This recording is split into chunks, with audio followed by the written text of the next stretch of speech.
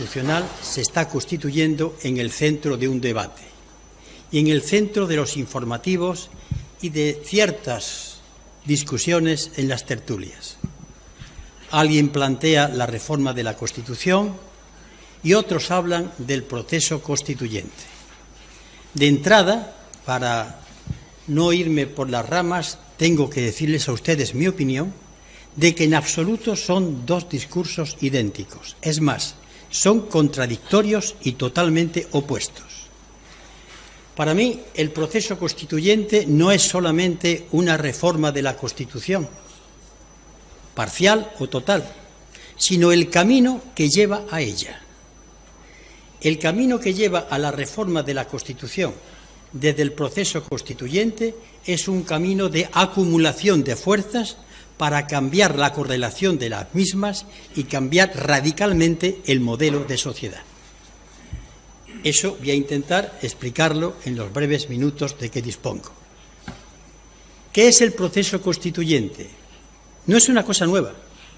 El 6 de diciembre del año 2003, en el diario El País, previo pago de su importe, Unidad Cívica por la República publicó un manifiesto para iniciar un proceso constituyente hacia la Tercera República Española.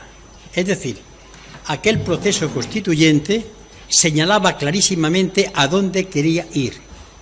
Y yo sugiero que cuando hablemos de proceso constituyente digamos hacia dónde queremos ir, porque entonces se trata simplemente de hablar del camino, pero el camino no tiene sentido si no marcamos la meta a dónde queremos desembocar. Desde Podemos, de Izquierda Unida y otras formaciones e incluso personalidades, se está hablando de ese proceso constituyente. Desde los que se llaman o se autodefinen como conjunto de constitucionalistas, se plantean reformas de la Constitución. El señor Pedro Sánchez ha planteado una comisión que estudie el debate de la reforma de la Constitución, asimismo Ciudadanos o el Partido Popular. No es de extrañar que estas fuerzas políticas que se autodenominan constitucionalistas hablen y plantean de que quieren una cierta reforma constitucional. ¿Por qué? Vamos a intentar desentrañar cuáles son las razones que motivan que estas fuerzas, repito, que se autodenominan constitucionalistas, ¿por qué plantean la reforma de la Constitución? En principio, son conscientes de que la transición y la Constitución que la engendró ya no son capaces de resolver los graves problemas que tiene España. Problemas que en el momento de la transición se dejaron para otro momento, dejaron costurones sin cerrar y que están resurgiendo día a día en la España de hoy.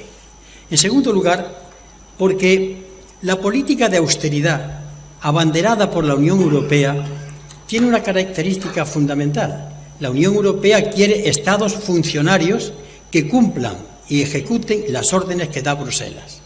No quieren estados encarnaciones de la voluntad política, sino quieren estados funcionarios que apliquen las medidas de la Unión Europea. Y en este sentido, un Estado será más fuerte ante la Unión Europea en la medida en que la Constitución no le dé facultades más o menos fuertes a los entes llamados comunidades autónomas o municipios. En consecuencia, esa reforma, como ellos han dicho, se va a circunscribir al título 8º de la Constitución. Pero hay también otras razones. El peso creciente de la deuda pública del Estado y de las comunidades autónomas. Se deben nada menos que 1 billón tenemos de carga de la deuda pública y las comunidades autónomas 372.000 millones, los ayuntamientos 32.000 millones. Es decir, Bruselas también está urgiendo a que estos entes, que muchas veces se endeudan para poder ayudar a los problemas que crea la política de austeridad, paradójicamente, necesita, por tanto, que estos entes dispongan de menos poder político o de menos competencias. Y hay otra razón que pocas veces sale. El poder político hoy en día, el bloque llamado constitucional, sabe perfectamente que tendrá que negociar con Cataluña. Sabe perfectamente que tendrá que hacer una diferenciación. Y esa diferenciación, yo no digo que sea necesaria, digo que ellos saben, tal como han llevado el proceso, puede tener dos vías. Una, que Cataluña tenga mayor competencia o que el resto tenga menos. No es ninguna casualidad como determinados presidentes de comunidades autónomas ya están alertando acerca de que esa diferencia se puede hacer por una mayor acopio de competencias o porque los demás pierdan y Cataluña quede como una especie de primus inter pares. Pero hay también otras razones. La necesidad de plantear un supuesto cambio que aparentemente tocándolo todo no toque nada, para que la segunda restauración borbónica, la primera fue en 1876, pueda cumplir un ciclo de hegemonía del poder económico que surgió con el franquismo y pasó el Jordán de la democracia y se engrandeció durante estos periodos, de este periodo llamado democrático. Ahora bien, ante esto, cuando hay una reforma, se habla de una reforma constitucional, ¿qué sentido tiene hablar de un proceso constituyente? ¿Por qué? Pues yo creo que por varias razones. La primera es la acumulación de problemas. A los ya heredados de un pasado y nunca resueltos, se le suman de la situación de la sociedad española.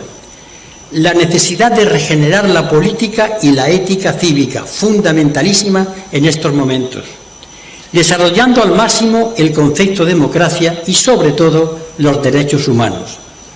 Prepararse para un futuro que no tenemos en absoluto. Los retos son extraordinarios, no solamente los del cambio climático, sino algo que tenemos a nuestro alrededor y que nos da miedo a asumir. Y la pregunta mía va a ser directa: ¿qué va a ser de la juventud española? ¿Qué porvenir tienen nuestros jóvenes? Y si quieren ustedes, vulgarizando más, ¿qué jubilación van a cobrar nuestros actuales jóvenes? Esto significa que este país no tiene ningún futuro.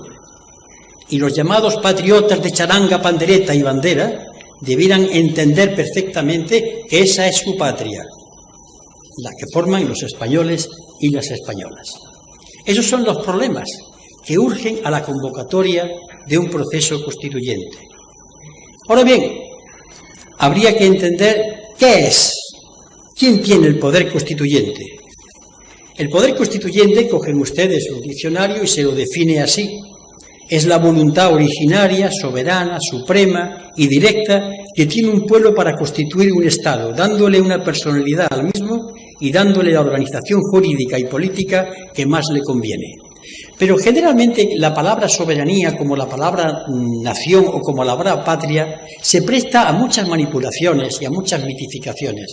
Yo prefiero decir que la soberanía se concreta en lo siguiente: soberanía es la capacidad de los ciudadanos para ejercer decisivamente como sujetos políticos en los objetivos de justicia, la profundización de la democracia y las libertades, las metas de igualdad y la autoasignación de derechos y deberes. Subrayo esta última expresión: autoorganización, autoimputación de derechos y deberes. Seguramente en mi intervención oirán ustedes, quizás excesivamente, la palabra deberes, pero creo que en este momento histórico a los ciudadanos también hay que hablarles de deberes y de corresponsabilidad ante un futuro que debemos abordar. El poder constituyente, es decir, el pueblo soberano, cuando expresa su voluntad democráticamente, da origen al poder constituido. ¿Qué es el poder constituido? Pues los tres poderes del Estado, el legislativo, el ejecutivo y el judicial, es decir, el poder constituido emana del poder constituyente. Muchas veces el poder constituido convoca elecciones constituyentes para cambiar una constitución o para crear una constitución nueva. Esto en España no ha tenido lugar desde la Segunda República. El gobierno provisional de la Segunda República convocó a Cortes Constituyentes para que redactasen una Constitución. En España no ha sido así. En España hay una ley de reforma política, en la época de Suárez, aprobada por el pueblo español en referéndum el 14 de diciembre de 1976, que es un pie forzado al cual se tienen que someter los partidos que aceptan, después de distintas abjuraciones, en determinados sentidos y determinadas fuerzas políticas aceptan pues la aceptación de la bandera, la figura del rey y un largo etcétera. Tiene lugar la convocatoria de unas elecciones no constituyentes y además unas Cortes que tienen una parte de los senadores designados directamente por el rey, no han salido de las urnas. Esas Cortes de pronto se convierten en constituyentes y redactan una constitución con pie forzado. Daré un ejemplo. El 22 de junio del año 1977, cuando todavía no había habido elecciones, el rey Juan Carlos proclama como príncipe de Asturias al actual rey de España, a Felipe VI. Eso, que tenía que haberse hecho en una constitución, le obliga a los diputados que redactaron la Constitución a aceptar ya un pie dado, como aceptar la reforma de la ley electoral, un pie dado. Además de las presiones que tuvieron por parte del ejército, esa Constitución se redactó en medio de tensiones y de miedos. Las consecuencias fue un texto un tanto chapucero que ha empezado a surgir los costurones, sobre todo en el desarrollo del título octavo. Ahora bien, hay más razones. Nosotros, los que defendemos el proceso constituyente, queremos retrotraer esa situación. Queremos unas Cortes constituyentes que creen un constituido para que redacte una nueva Constitución. Pero aquí está la característica fundamental. Queremos un constituido al cual se le diga claramente por dónde tiene que ir la futura Constitución. Es decir, un constituido creado sub conditione para que cree una Constitución ad hoc. Esta es la diferencia. El proceso constituyente, por tanto, va a crear un constituido, es decir, unas Cortes que redacten una Constitución cuyo texto tiene ya el consenso de la población porque durante el proceso ha ido creando ese consenso. Esta es la diferencia. No se le da a unas Cortes que los diputados empiecen a elaborar un texto, no. El proceso constituyente tiene en su mente que el constituido elabore una Constitución bajo los parámetros que el constituyente le ha indicado a lo largo de todo el proceso. Pero hay más razones por las que esto es necesario. La transición no resolvió grandes problemas, pero hay tres que en absoluto resolvió. Los hibernó. El primero, la forma de Estado, monarquía o república. El segundo, la articulación interna del Estado, centralismo o federalismo. Y el tercero, la identidad del Estado, confesionalidad o laicismo. Y hoy están estos problemas en lo alto de la mesa. A estos problemas no resueltos todavía, hay que añadirle algunos más que yo voy a sintetizar en 6 por no extenderme.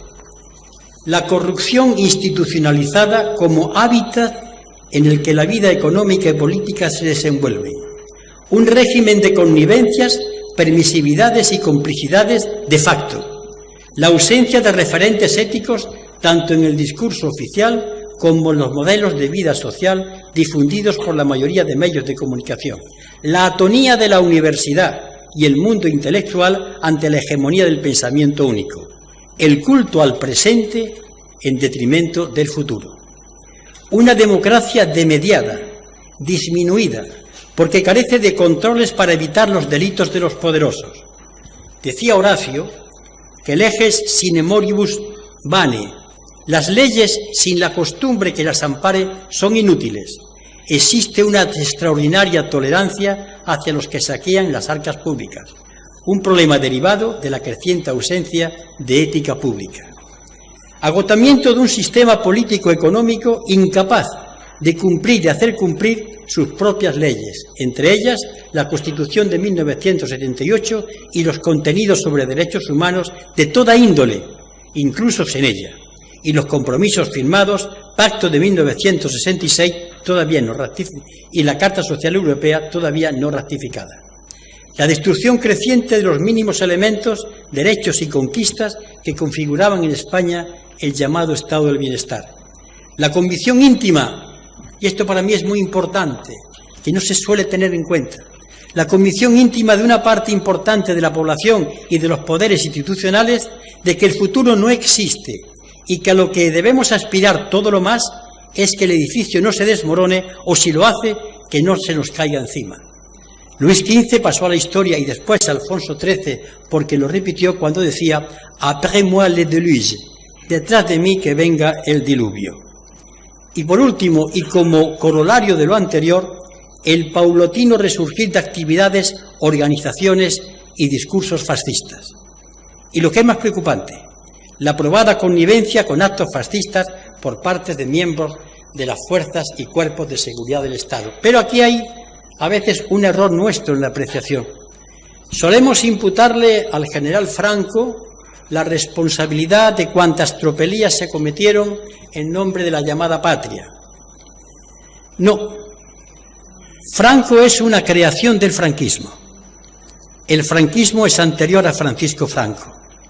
Francisco Franco se encontró un país en el que imperaba todavía la contrarreforma y el miedo a pensar, la visión de lo militar como el taconazo y la vida cuartelera, la supeditación de los intereses patrios a la Iglesia católica, apostólica y romana, el medro, la corrupción institucionalizada y el no te metas porque te van a perjudicar.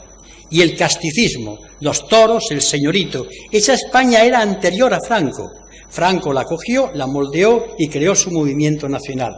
Por eso cuando creemos que el peligro es la figura del general Franco, no, repito, el franquismo es anterior a Franco. Él fue su más acabado fruto, y quizás el más perfecto. Por eso luchamos, y esto es importante, contra nuestro pasado. Como decía Pierre Vilar, España lucha dramáticamente contra su pasado. ¿Cómo se ha llegado a esto?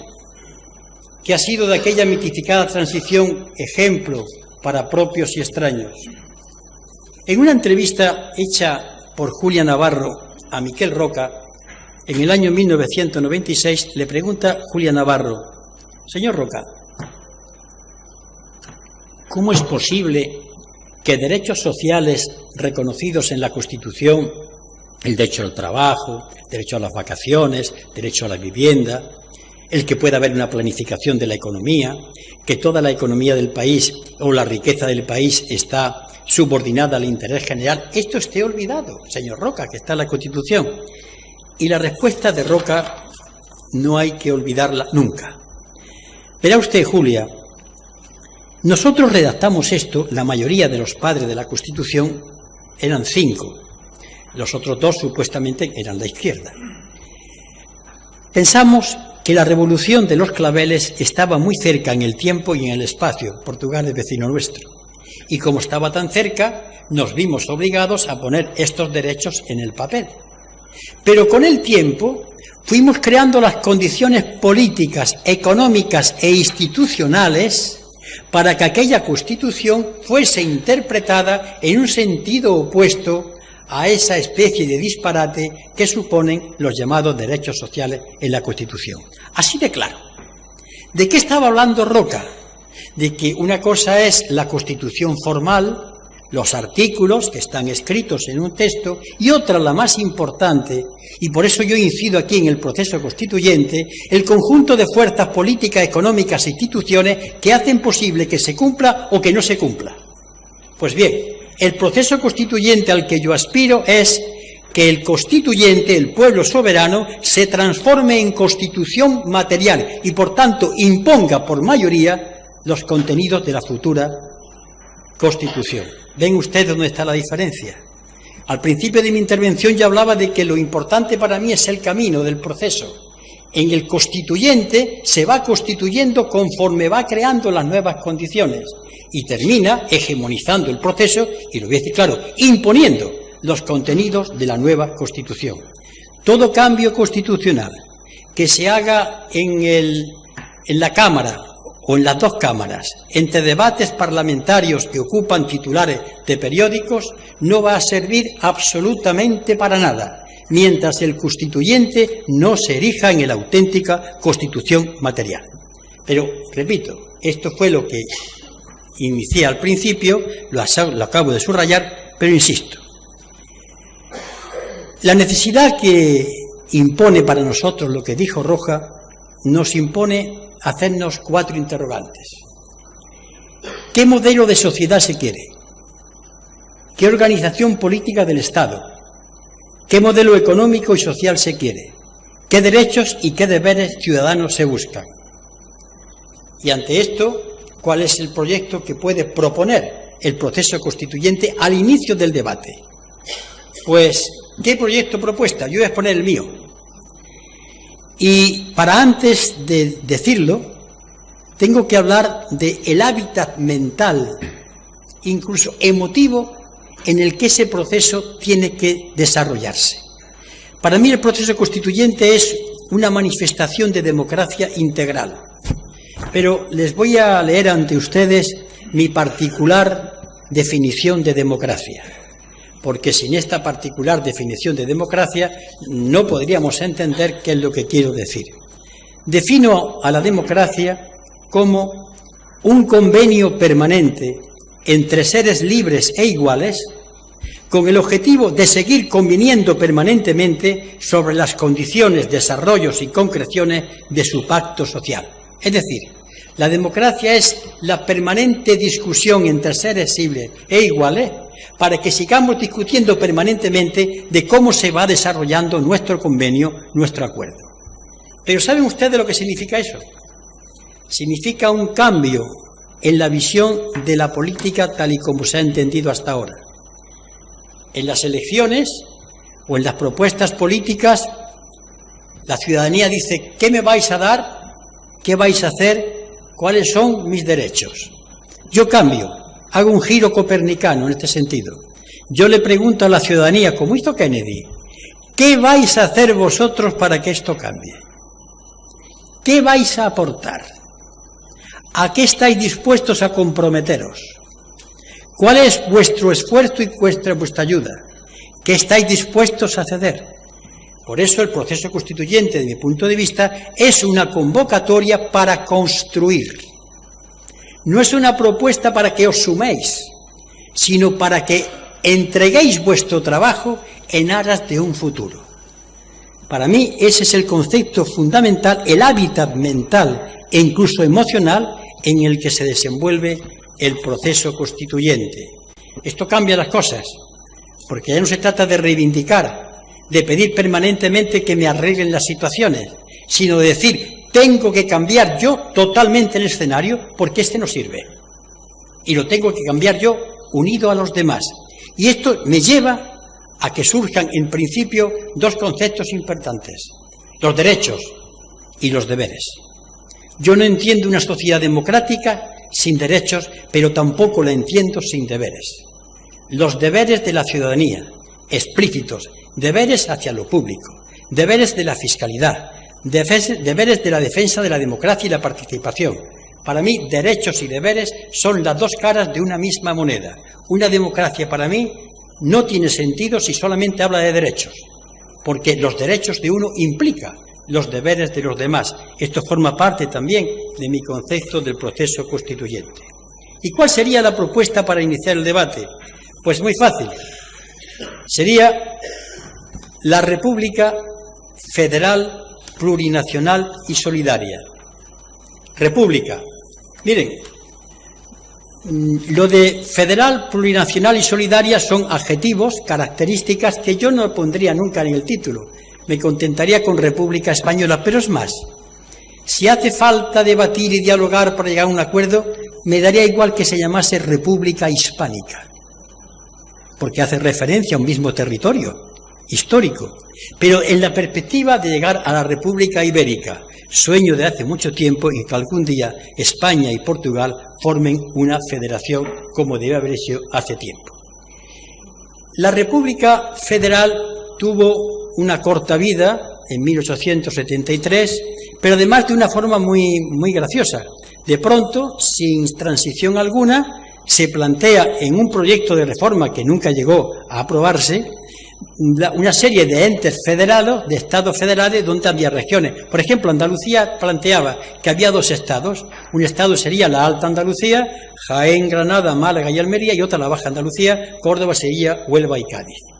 Y después de aquello, aparte de las intervenciones y estudios de Carretero en Castilla-La Mancha, un federalista castellano-manchego que tiene una visión de España espléndida, donde demuestra cuán falsas son las visiones de la historia de España que se han dado hasta ahora, o las articulaciones y propuestas de muchos constitucionalistas, la modesta Izquierda Unida, en el año 1994, tras los trabajos dirigidos por Jaime Pastor y Luis Carlos Rejón, produjo una propuesta de Estado federal que hoy aguanta nuestros días y que sugiero que se lea, porque constituyó el trabajo de muchos años y el valor de una modesta fuerza política de atreverse a enfrentarse ante el problema del Estado federal en España. Ahora bien, ¿cuáles son las características de esta república? Plurinacional, federal, pero para mí hay una importante que es la que manda sobre las demás y que después explicaré, lo de solidaria. Y me voy a explicar. Si la república federal plurinacional no es solidaria, no hemos hecho nada en absoluto. Si la población española no se encuentra que tiene sus derechos reconocidos, la vivienda, la salud, al trabajo, las vacaciones, el derecho a un medio ambiente, todo lo que conocemos, si no está asegurado, la república no tiene ningún sentido, no sirve absolutamente para nada. Por tanto, el desarrollo de esa república tiene que buscar la transversalidad de los ciudadanos del Estado español para que sobre esa base social importantísima podamos desarrollar los otros modelos. Características de esa República Federal, sucintamente, y teniendo en cuenta el poco tiempo que dispongo: aceptar y asumir una Constitución que tenga como base los derechos humanos, su cumplimiento, con algo más. Yo casi integraría en esa Constitución la Carta de la Tierra, los derechos del planeta Tierra. Ante la situación en la que estamos, hay que ya incorporar como derecho, pero como deber ciudadano y, por supuesto, de los poderes públicos, el que el planeta que nos mantiene y nos sostiene en la vida no se nos vaya de las manos porque se nos muere. Corresponsabilidad con la construcción de un proyecto paneuropeo. He puesto la palabra paneuropeo. Yo sé que España no está aislada y que forma parte de Europa, pero esto que se ha construido no tiene en absoluto nada que ver con lo que se habló de Europa hace 40 o 50 años. Soy partidario de un proyecto paneuropeo, porque yo no incorporaría en una Constitución hablar de la Unión Europea. No, porque no lo asumo. Lo tengo que asumir como ciudadano en la medida en que vivo en ella, pero para mí el proyecto paneuropeo que yo pienso es totalmente distinto a esta actual Unión Europea. Un Estado en el que se reconozcan las naciones que existen dentro del Estado español, que se reconozca el derecho de autodeterminación y se vea cómo se puede ir aplicando.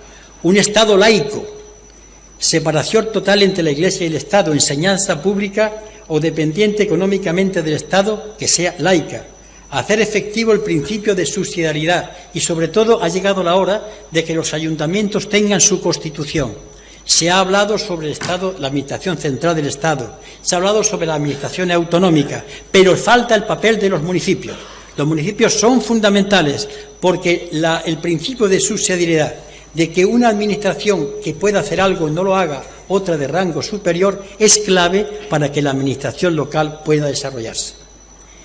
En cuanto al principio de ¿y esto cómo se va a llevar a cabo? Tengo que decirles a ustedes que va a ser extremadamente difícil. Y les voy a poner un ejemplo. Si nosotros afrontamos esto desde un debate estrictamente universitario, entre catedráticos de Derecho Constitucional, entre historiadores, no vamos a llegar a ninguna parte. Porque fíjense lo que tenemos en lo alto de la mesa. Cataluña. Una Cataluña en un estado, diríamos, de shock. Por un proceso que yo diría alegre, frívolo, porque no ha tenido en cuenta la correlación de fuerzas. Quiero decir que toda persona que se considere independentista tiene derecho a serlo y a intentar que se desarrolle. Digo, pero que no sea frívolo, como ha sido, que no se le prometa al pueblo catalán cosas que después reconocieron que no podían hacer porque no tenían esa fuerza. Y la respuesta de un gobierno autoritario, una respuesta autoritaria disfrazada de artículo 155. Si nos molestamos en leer la Constitución y el artículo 155, no tiene nada que ver con lo que el gobierno de Rajoy y los medios de comunicación han dicho. Es cuestión de coger la Constitución y leerlo. Pues bien, nos encontramos con el problema catalán para empezar a discutir. Nos encontramos con que el cupo vasco está ahí. ¿Se afronta ese problema o no? Nos encontramos con Navarra y su régimen foral. ¿Cómo afrontamos eso? Y nos encontramos todavía con el problema mayor. ¿Qué entes federados se reconocen entre sí como pactantes? Dicho de otra manera, ¿qué territorios del Estado español reconocen a los demás como capaces de pactar en pie de igualdad? Y nos llevaríamos una sorpresa tremenda. ¿Por qué? Porque tenemos 3 nacionalidades históricas, todo el mundo lo sabe: Cataluña, Euskadi y Galicia. Pero nos encontramos que hay 4 más que tienen el enunciado de nacionalidad histórica en sus estatutos: Andalucía, Aragón, Baleares y País Valenciano. Y después nos encontramos que, salvo Madrid y Castilla-La Mancha, todas las demás tienen el rango de históricas. Y además tenemos esos 2 entes raros y extraños llamadas las 2 ciudades de Ceuta y de Melilla. Esto ante la mesa. Pero hay más. Nos podemos encontrar que alguien nos plantee la confederación y no la federación. O que nos plantee que quiere ser un Estado libre asociado. O que podemos hablar de federalismo, simétrico o asimétrico.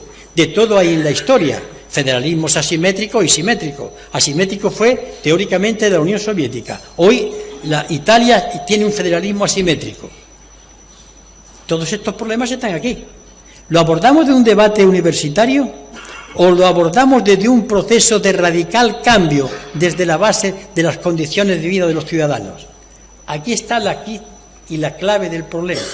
Por eso discutir del Estado federal desde competencias, desde raíces históricas, desde artículos, nos lleva a la nada, porque esto en seco no tiene arreglo.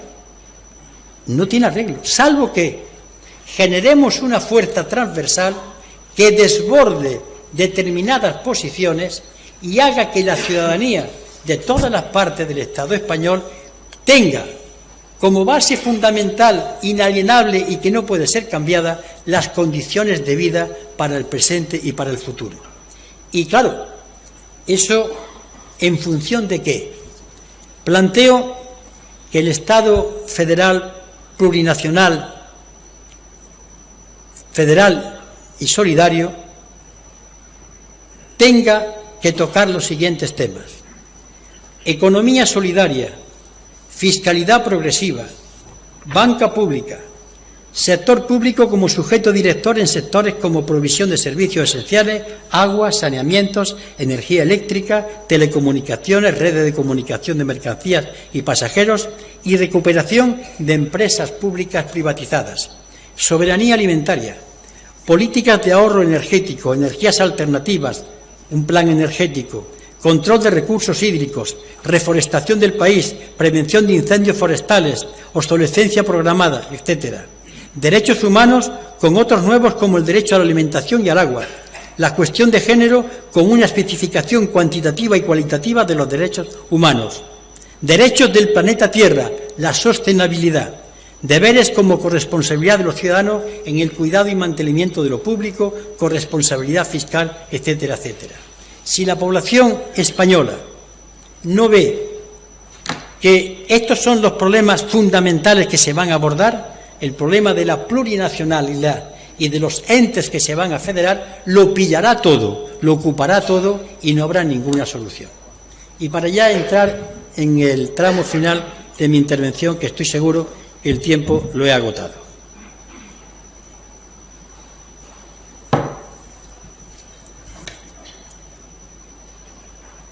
¿Quién protagoniza el proceso? ¿Quién es el sujeto? Con toda sinceridad, señoras y señores, en la historia, por lo menos en mi historia vivida, desde el manifiesto programa del Partido Comunista de España del 75, la Junta Democrática, etcétera, etcétera, la izquierda siempre ha dicho lo siguiente: tenemos que iniciar un proceso en el que intervengan pues las fuerzas políticas, los sindicatos, las asociaciones de vecinos, los colectivos, los colegios profesionales, fuera. Hoy ninguno está en condiciones de iniciar el proceso. Hay una apatía generalizada. Yo no renuncio a que sean actores importantes. Digo que desde el inicio hoy no son capaces de iniciarlo. Y no me digan ustedes que estoy haciendo una exageración. Tomen el pulso diario, compañeros y compañeras de la izquierda que estáis aquí presentes. Cuando movilizáis, ¿cuántos estamos?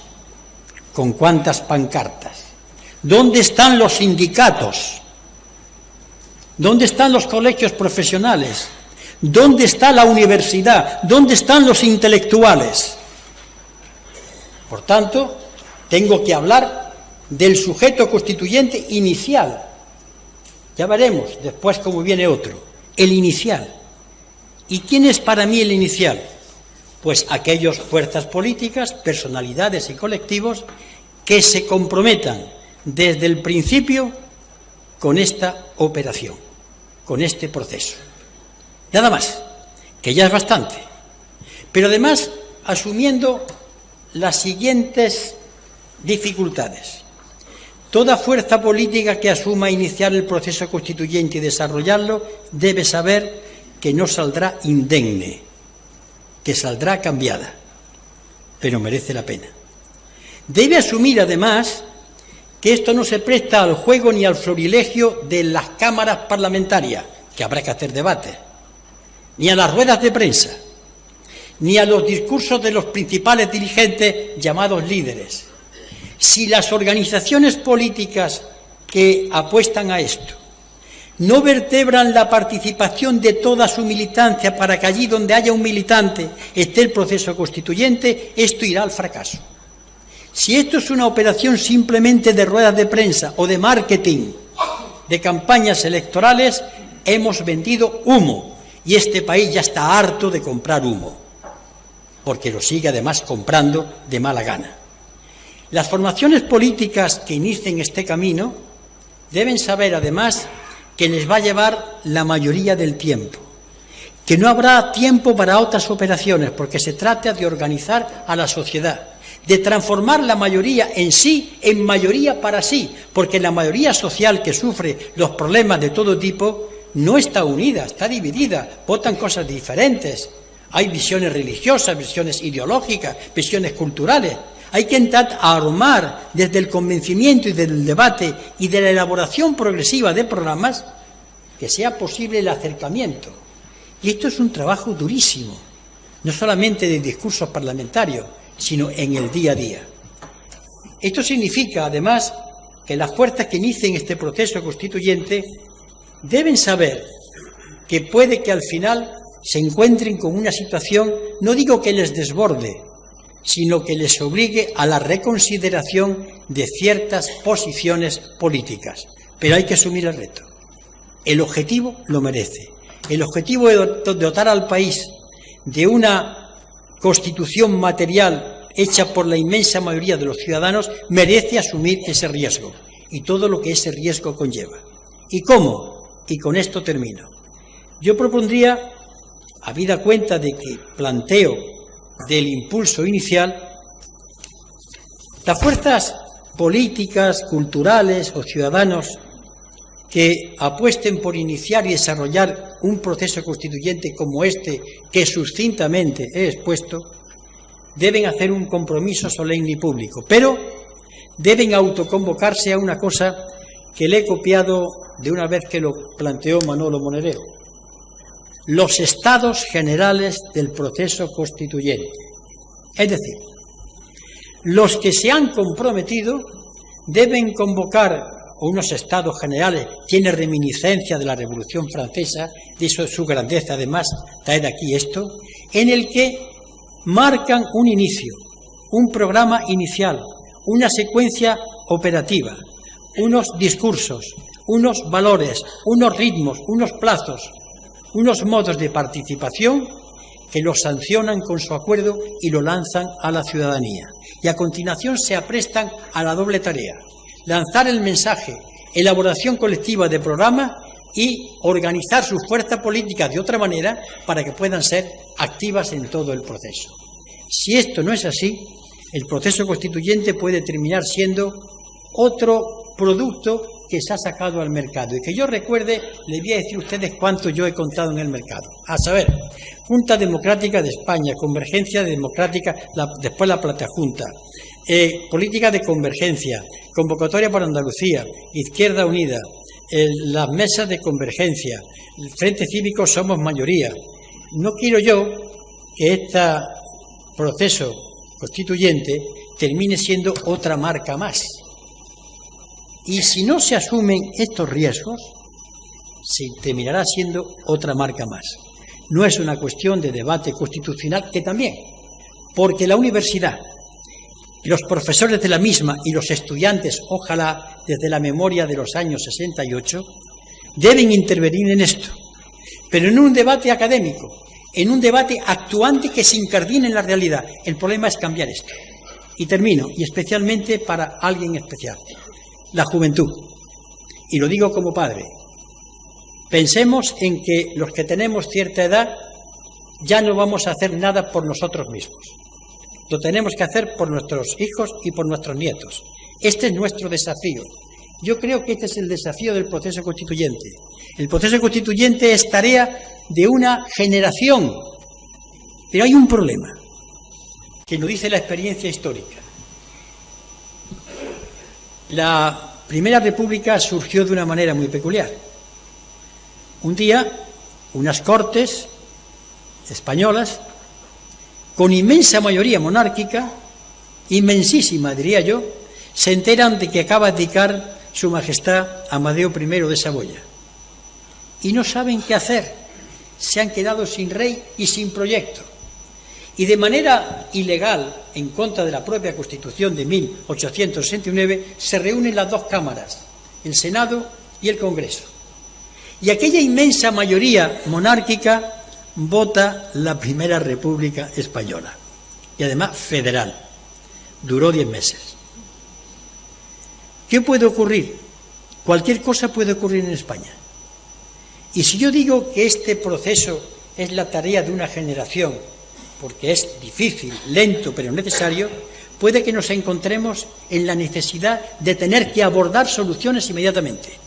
Por tanto, el proceso constituyente, vísteme despacio, que tengo mucha prisa. Gracias.